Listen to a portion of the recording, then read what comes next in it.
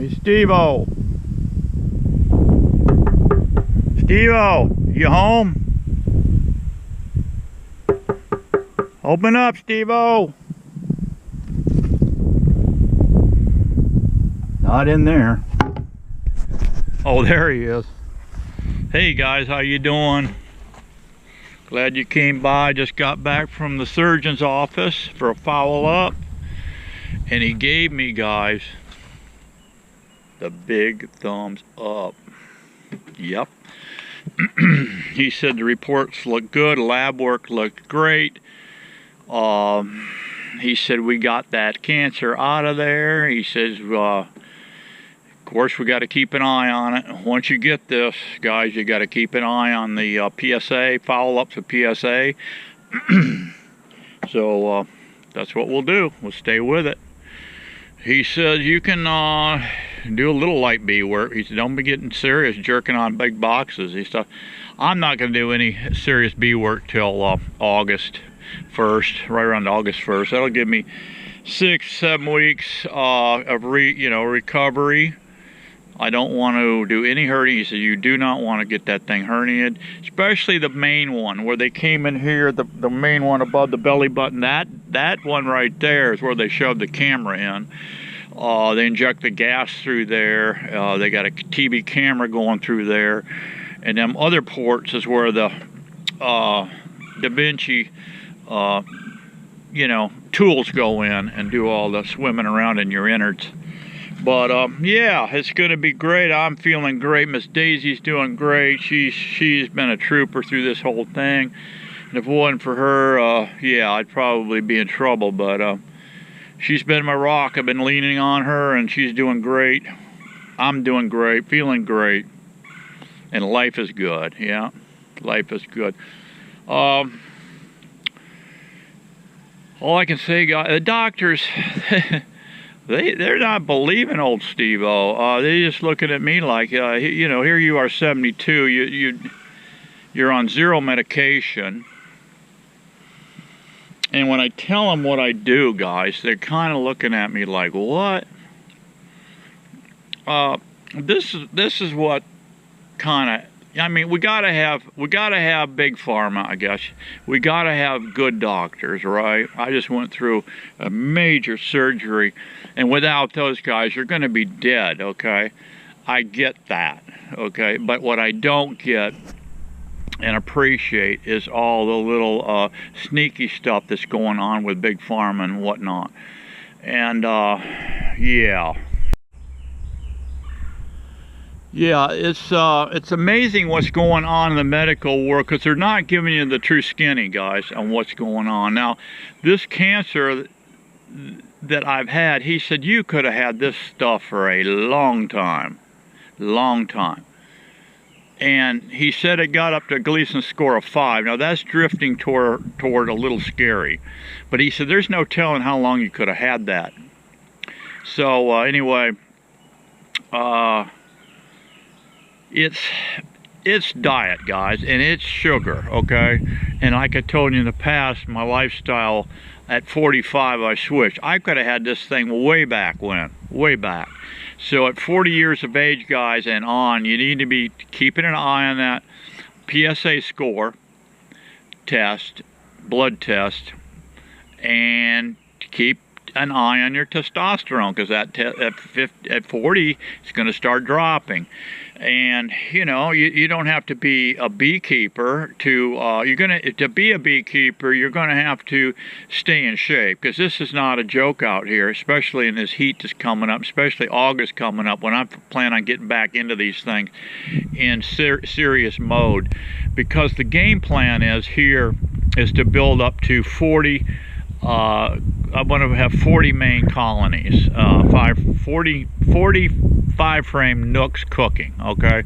But for the support team on that, I want 4 boxes for each. So I'll be manipulating 160 boxes.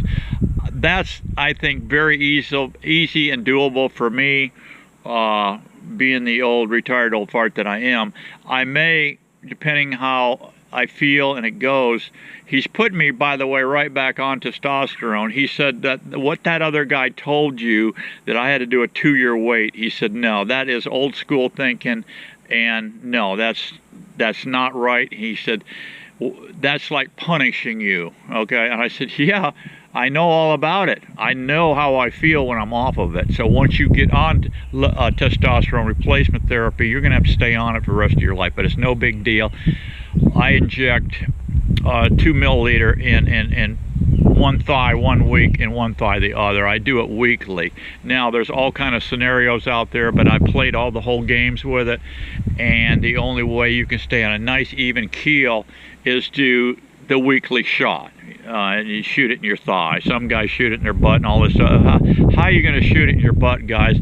Can you see behind you? What do you do it with, a mirror or what? No. Do it in your thigh. You just do it sitting down in a chair and do it once a week. I do it every Monday. So he wrote me another script. Now he said we'll have to keep an eye. You should be running PSA of 0 from now on. If it starts climbing up, he said that we may have to play different games with the testosterone. But anyway, yeah, it's I just saw a video just before I came out here, guys, to do this video on YouTube. There's 2 guys I watch religiously, and I think they're super honest and they're super good guys. And I was doing my thing with carnivore, keto carnivore. Now I'm carnivore basically. Way before I ran into these 2 guys. That's Dr. Ken Berry and Dr. Shawn Baker. Those 2 guys. And I just watched a video. Harvard University, mind you, just put out a video, or not a video, guidelines on the proper human diet. And if you go out there and look at that thing, guys, it is absolutely scary what the high command, I call it the evil empire, what they're trying to pull off on a poor American innocent people, okay? It's all BS nonsense that's going on with our government and whatnot. But those people are pushing a food program for you that is absolutely toxic, okay? It's pumping a lot of grains. They want you to eat a lot of grains, a little sliver of meat. And it's, I don't know, guys. I don't know where their heads are at. I know they're on this diet, and when you're on that diet, guys, you cannot, your head cannot be right. I mean, you cannot think with that diet. It's screwing with your brain. Your brain is all cholesterol. If you strip all that out of there, it's not going to function properly. And that's where they're going. This new administration's going the same way. I hate to say it, but it is going down that way. And they're all on that sugar. They can't think right. Whatever they do, they're screwing up. Just look what's going on. Look at the south border. You see the stuff that's going on. Absolutely off the chart crazy, okay?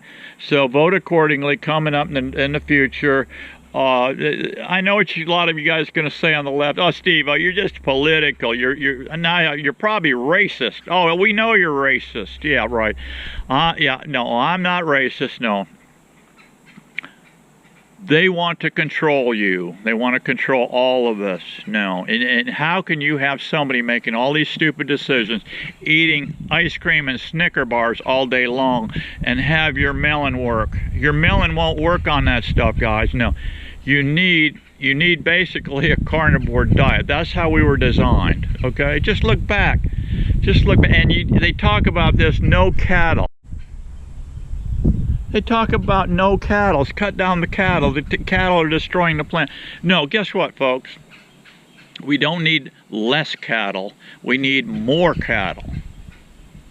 Think about that. We need more cattle to feed the American people. All right, and get off of these grains and sugars. And they say, oh, the cattle are destroying the planet. They're just you have to, if you go out, guys, and pull up holistic cattle grazing, holistic cattle farming, cattle grazing. There's a fella, I forget his name, He's out there. If you pull that up, you'll find him. There's a little guy. He goes to Africa. He shows those African people, I guess the different tribes, what is it, the Watusi and all them guys that run them cattle over there. They are turning that place to a desert with cattle. Literally a desert. Because they don't know how to move cattle. Okay? They just let them stomp an area completely down. And what they were doing, the African people, they were putting out fences of wood, sticks and all that to keep the lions and hyenas from eating all their cattle. Well, this little guy went in there, I forget his name. He went in there and showed these people how to raise cattle and how to holistically graze cattle. Instead of taking cattle and turning it and making deserts, is what they're doing. And once you burn that land up like that, you can bring it back. And he is showing those people down there how to raise these animals. And the grass that he's producing, guys, and he's not only the grass, he's producing rainfall. Okay, you're not going to get any water evaporation off of a desert, right, guys? You're not going to do it. You got to use common sense with this stuff, and people, it slips away from them. Common sense. Yeah, we're going to talk about common sense here in a minute on these bees, but yeah, go out there and pull that up, guys, and you'll start getting a different mindset of how nature works, okay? How you can actually take cattle and move them through areas. He shows them how to put up these plastic curtains around as they move the cattle each day, and you just keep doing it. We did it here in America way back before the white man came here. How are we doing it? We're doing it with bison, the American bison, buffalo, right? There was 60 million buffalo roaming the plains. 60 million. Yeah, you know what they were doing, guys? Them buffalo, without them even knowing it, were doing holistic grazing. And those plains were just lush, like mowed grass, right? And by the time them bison got back around the loop, they were grazing and they were pooping, right? They're fertilizing the grass. They're not going to eat grass with poop on it, guys. No. Would you? Would you eat grass with poop on it? No, I wouldn't either. I'm not going to eat grass anyway, but anyway. This is the trick, guys. Those bison, 60 million of them, are going across the plains. They're eating, pooping. As they get down to the end, they're going to loop back around, way back around. By the time to get back around, this grass over here is ready to rock and roll again and can be consumed. This is what he's showing these people, and he's doing it. They're starting to do it in the USA, some of his techniques. So go out there and pull that up, and it's pretty cool. Yeah, so the far left is pushing a lot of this nonsense, and that's all it is. They're not thinking clearly. Let's get away from these people, guys, and get on the right page. And I know what a lot of you guys are going to say on the left. Oh, Steve, you're just I came over here for beekeeping. I didn't come over here for political rant. Yeah, political rant. No, this isn't political rant, guys. This is called Steve-O Survival School. Yeah, we need to survive, okay? And they're not surviving in other countries. They're rushing to get here because we've been doing things correctly, right? And you got to put God back into that equation, okay? These people on the left are evil. They're the evil empire. And they're trying to shut us down and quiet us up. We're not shutting down. We're not quieting up. We're moving forward. We're kicking ass, and we're going to take some names, okay? So that's the deal, guys. God bless you guys for listening to my rant. Sometimes I just have to vent, you know? Now, speaking of stupid here, I want you to see something. Now, this isn't necessarily stupid, but, you know, it needs to be. Here's what I'm going to do. I am changing my entire operation. See, I got a mixed bag of goodies here. Some of this stuff here, 8-framer action. There's some more down there. Here's some more over here. No, this stuff is all getting swapped over to 5-frame stuff. These are 2-frame. Now I talked to Martin, and I talked to Michigan Martin, and him and I, as I've told you before, Martin and I, we swap strategies all the time. And I've got this pile, I got like 40 of them here. I think there's 40 of these 2-framers. Okay. We got a thought going on here. Okay. I said to him, I'm phasing out of the 2s. I'm getting rid of these 2s because these things are good, guys, if you want to just breed queens. Snatch queens out, put it in a cage, let her come back, get mated, come back, start laying eggs, okay? These are nice for that. Other than that, you know, so if you're a queen breeder, and Martin does quite a bit of that, what I do with my queens is introduce them right into 5s. Now I was introducing them into these things, yeah. The problem I'm finding with these things, guys, is they're just so vulnerable to robbing, okay? They're very fragile, and you just don't have the force in there to fight off the robbing stuff, okay? And I had a lot of them get robbed out and whatnot. Here's a little string frame. This is probably one that dropped, fell out. It just couldn't, you know, got overrun, whatever. But I said to Martin, I said, I'm phasing out, bro. I'm getting rid of these. I'm going to stay with 5 my entire operation. Matter of fact, these 8s, if there's any of these 8s that can be,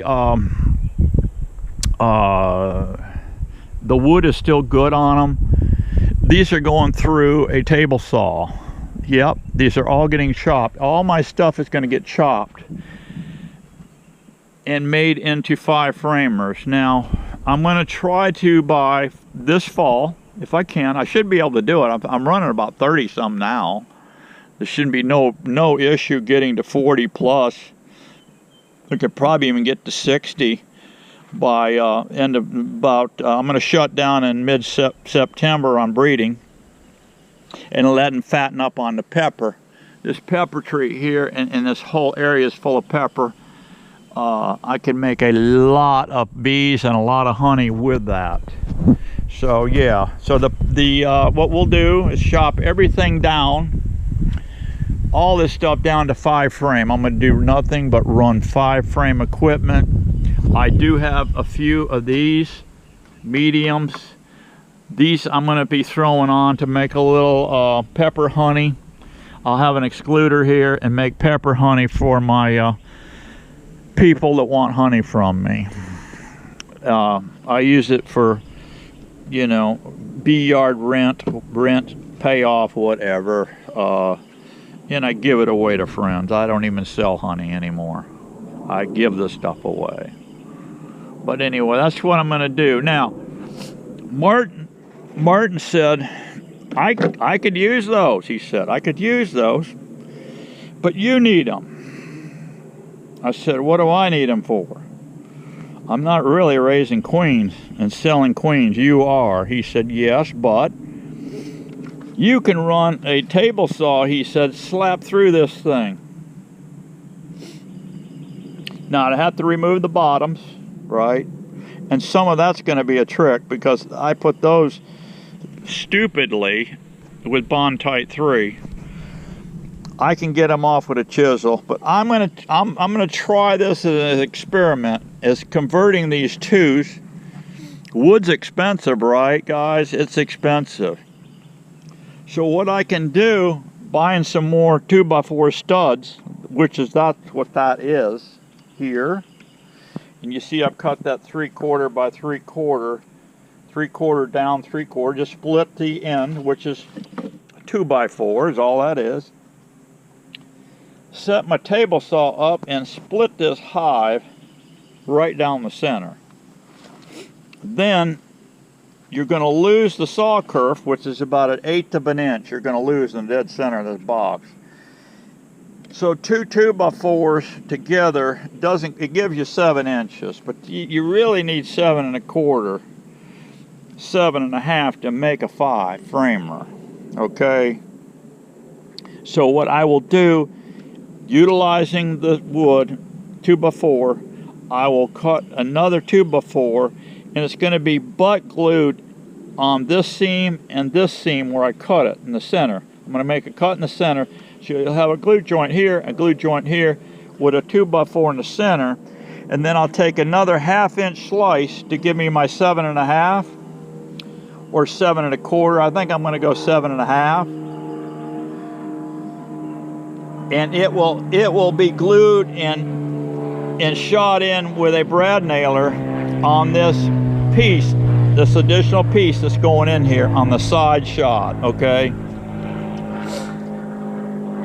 Then what I'm going to do is actually if I went with a 3-inch screw, if I split this box and I went with 2 3-inch screws, say one down here, one here, I can put this whole box together.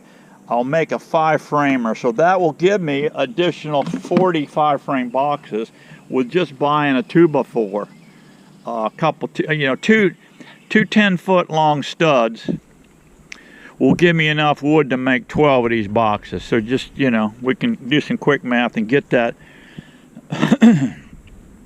material. Granted, those are expensive boards, but anyway, we're going to continue making these guys. We're going to continue making these. These are our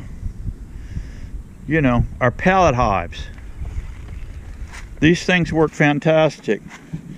I've got a 2x8 in the ends here, which these are running about 7 1/4, 7.5 here, from here to here. And these were made with 2x8s. You get the free pallet wood on the sides. So you will be knocking out a bunch of these things. The piece of wood that you cut out here with your table saw is your handle. But pre-drill them, they will split. But if you pre-drill them, you're going to be fine. And they'll actually go over. You got to fudge them a little bit on my beefies. These conventional, Langstrom hives. That's one right there, deep. But they're using it as an entrance right there. You'll see they propolised it up over here. They propolised it up, but they've been accessing that. So yeah, I just thought I'd give you guys a quick update. I'm going to go around here now and feed. I can lift small buckets of feed. I'm going to go around and give all these girls a round of syrup. And yeah, I'm going to have these girls pumped up tight, guys. By August 1, I'm going to be diving into these things. I'll be back up to speed with my strength and everything, to where I can really attack these hives and start splitting them up. I've got to order some more plastic excluders. I saw them have 10 frame excluders, plastic. They were on sale actually for $2 something. I think I missed the window to get them from Man Lake. But anyway, I need to get some more plastic excluders, because that's how we're going to do our splitting from now on. I will go into the colony. Before I shove that excluder in, I'll go into the colony and I will equalize brood bees and all of the food, brood and everything. I'll equalize, okay? Then I'm going to shove an excluder in. The same day I equalize, I'll shove that excluder in. When I'm getting ready to rock and roll with my splits, that's what I'll do. And I'll go through a bunch of them at a time. And I can do walkaways, or I can do my grafting, which I'll do. I'm going to start producing. I'm going to burn a lot of copies of the black Oprah Queen around the corner here. I got an Oprah Queen. She's black as coal, and I'm gonna reproduce some stuff for her just for giggles. I want to see that girl, guys, is knocking it out of the park. She is slapping that thing full of honey, brood, and the sweet part about the whole thing is, guys, she's docile. That's what I want. Another thing we're phasing out is all this stupidity here. I had a Joe moment on these pallets. I had a little, you know, sometimes if you watch these guys on the left a lot, you'll have little Joe moments, and I think that's what I had here. But anyway, we're phasing that out, and this pallet here, with the exception of that crack right there, that wood is very solid, and so are these over here. Those are going to get salvaged. Those are going to get turned into the Steve-O pallet hive 5-framer, guys. Yep. All right, guys, quickie update. Stay with me, and thank you for your support, prayers, and all that good stuff. And I've got to also, while I'm ordering up some more frames and excluders, I'm going to have to order some of this stuff, guys.